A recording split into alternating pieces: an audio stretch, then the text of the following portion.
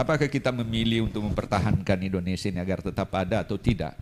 Kalau akhlak kita tidak berubah, dia akan nanti, kalau tidak, dia bubar, maka dia decay from the within, dia hancur dari dalam. Dan sekarang di depan mata kita bergerak menuju single community of nation within ASEAN, secara ekonomi, secara politik. Dengan wajah seperti ini, kita sangat khawatir. Dan terakhir sekali, saya lihat pengalaman Costa Rica, ketika pekerja-pekerja Cina membuat stadium untuk sepak bola ya di sana. Ternyata tidak ada yang pulang ke negaranya. Jadi saya kira mereka yang ada di Morowali, di mana-mana, mungkin dia menetap selamanya di sini gitu ya. Nah, kita tidak tahu apakah nanti kita mengalami keadaan seperti dulu ada illegal migrants, kemudian melahirkan satu negara bernama Singapura, dulu itu kerajaan Melayu, kerajaan Malaka. Apakah juga nanti ini Kalimantan akan negara ini hadiahkan ke mereka atau ada pulau lain menjadi ini. Jadi mungkin saja negara dalam negara itu akan bisa terjadi kalau kita tidak hati-hati melihat catatan-catatan HAM pada hari ini.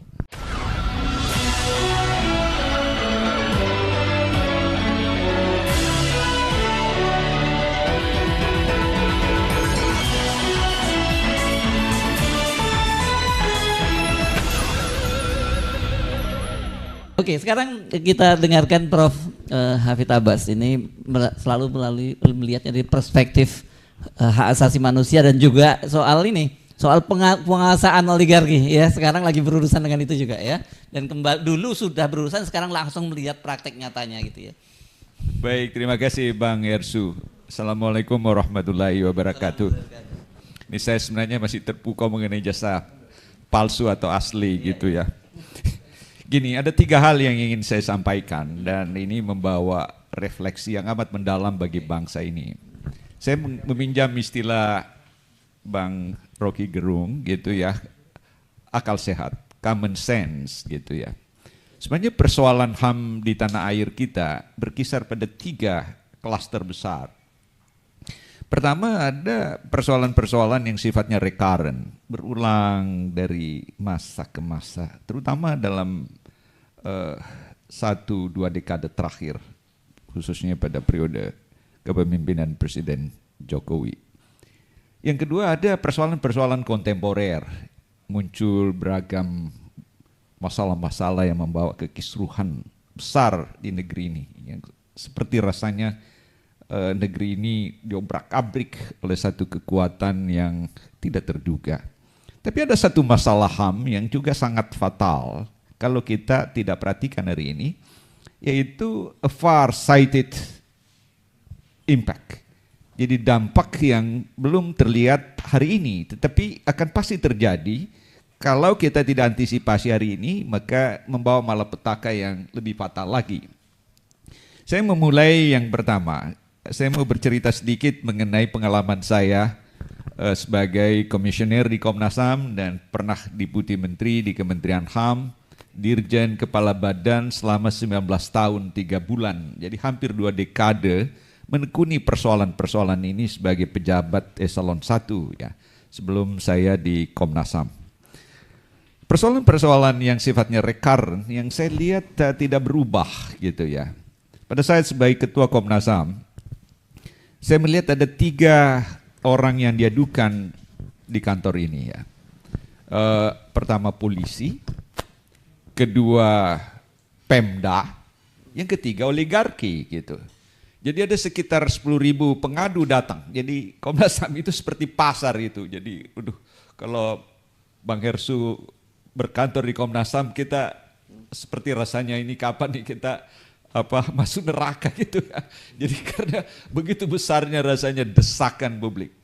Yang dipermasalahkan itu polisi, sekitar 36-37%. Pokoknya yang selalu mengancam kehidupan masyarakat ini.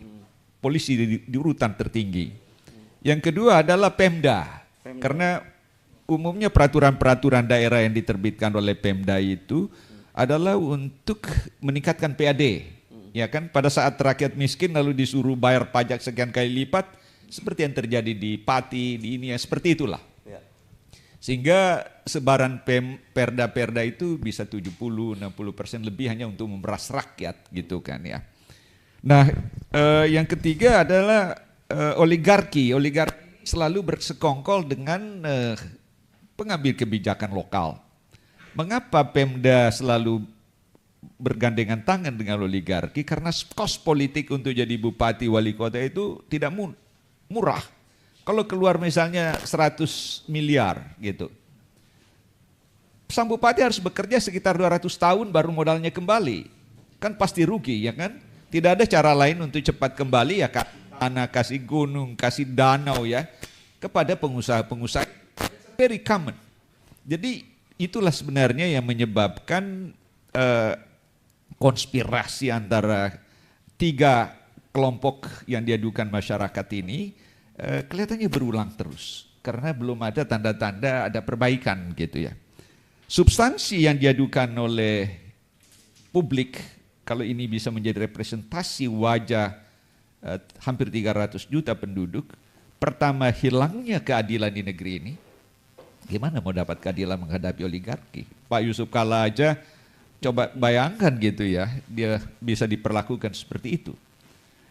Yang kedua yang hilang yang diadukan oleh masyarakat dari seluruh tanah air ini adalah hilangnya sumber kehidupan karena tanahnya sudah diambil. Kemarin waktu kita ketemu Bang Ersu, Husnul Mauri ya, Husnul, karena waktu itu kami hitung-hitung berapa luas tanah yang diambil oligarki ini, itu 5,2 juta hektar.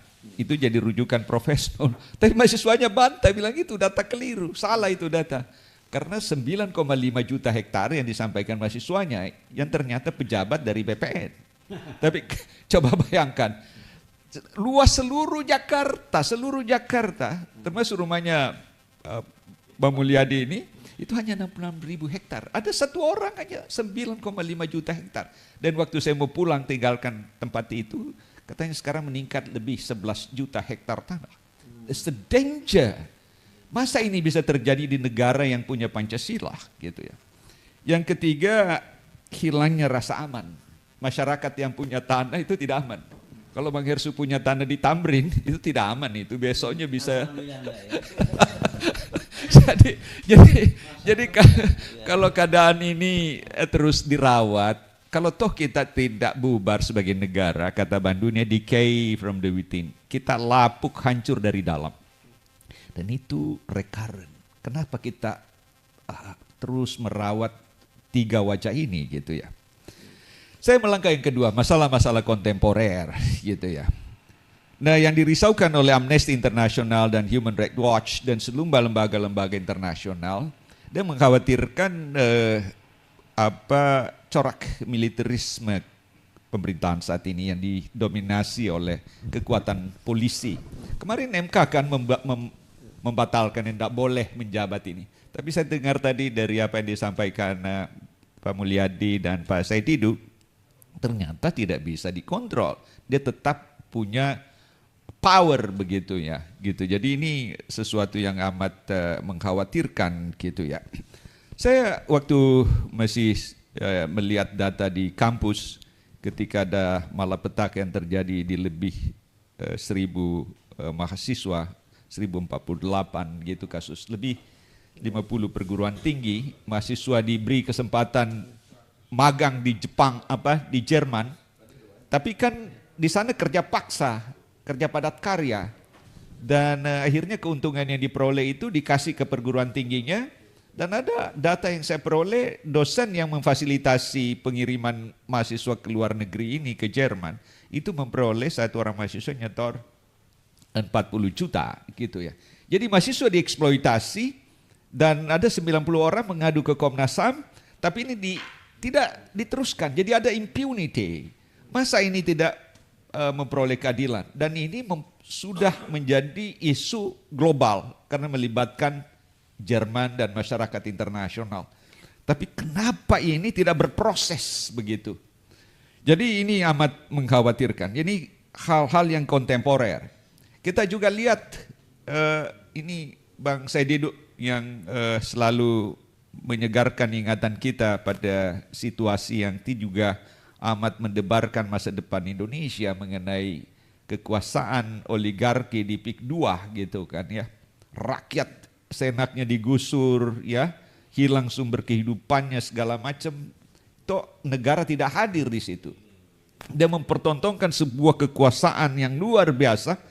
Jadi dan itu bagi masyarakat internasional ini disebut sebagai kasus pelanggaran HAM berat, seperti kejahatan apartheid, penggusuran paksa. Dan kenapa negara tidak hadir?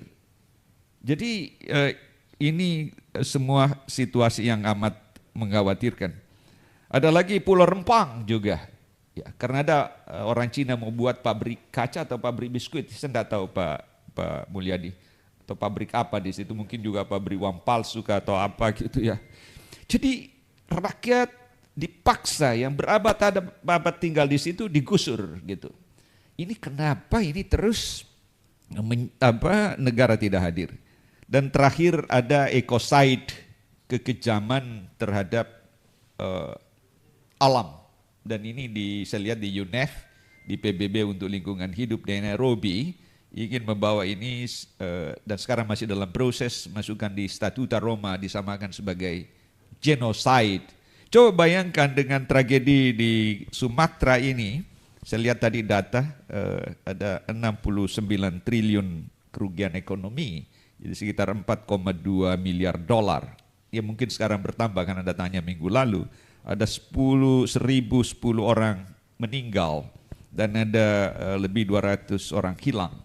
Tapi satwa-satwa langka orang hutan, datanya tadi 780, sekarang tersisa 32. Mudah-mudahan 32 orang hutan ini selamat gitu ya. Dan kemana yang bertanggung jawab ini? Jenderal-jenderal yang Pak Mulyadi tadi sebut itu ya, yang punya perusahaan begitu banyak yang bersekongkol dengan oligarki. Kenapa ini tidak dibawa? Tidak tahu apa namanya ya, Mahkamah Keadilan Rakyat, Pengadilan Rakyat kayaknya ya. Negara seakan-akan lumpuh melihat tidak berdaya melihat kekejaman ini di depan mata. Terakhir, ini isu-isu yang sifatnya far-sighted. Apakah kita memilih untuk mempertahankan Indonesia ini agar tetap ada atau tidak? Kalau akhlak kita tidak berubah, dia akan nanti, kalau tidak dia bubar, maka dia decay from the within, dia hancur dari dalam. Dan sekarang di depan mata kita bergerak menuju single community of nation within ASEAN, secara ekonomi, secara politik. Dengan wajah seperti ini kita sangat khawatir. Dan terakhir sekali saya lihat pengalaman Costa Rica ketika pekerja-pekerja Cina membuat stadium untuk sepak bola ya di sana. Ternyata tidak ada yang pulang ke negaranya. Jadi saya kira mereka yang ada di Morowali, di mana-mana, mungkin dia menetap selamanya di sini gitu ya. Nah kita tidak tahu apakah nanti kita mengalami keadaan seperti dulu ada illegal migrants, kemudian melahirkan satu negara bernama Singapura, dulu itu kerajaan Melayu, kerajaan Malaka. Apakah juga nanti ini Kalimantan akan negara ini hadiahkan ke mereka atau ada pulau lain menjadi ini. Jadi mungkin saja negara dalam negara itu akan bisa terjadi kalau kita tidak hati-hati melihat catatan-catatan HAM pada hari ini. Saya kira itu tambahan saya dari pengayaan ijazah palsu dari Bang Refli Harun tadi. Nah ijazahnya kita semua di sini yang duduk saya kira asli lah ya, insya Allah. Ya. Terima kasih. Assalamualaikum warahmatullahi wabarakatuh.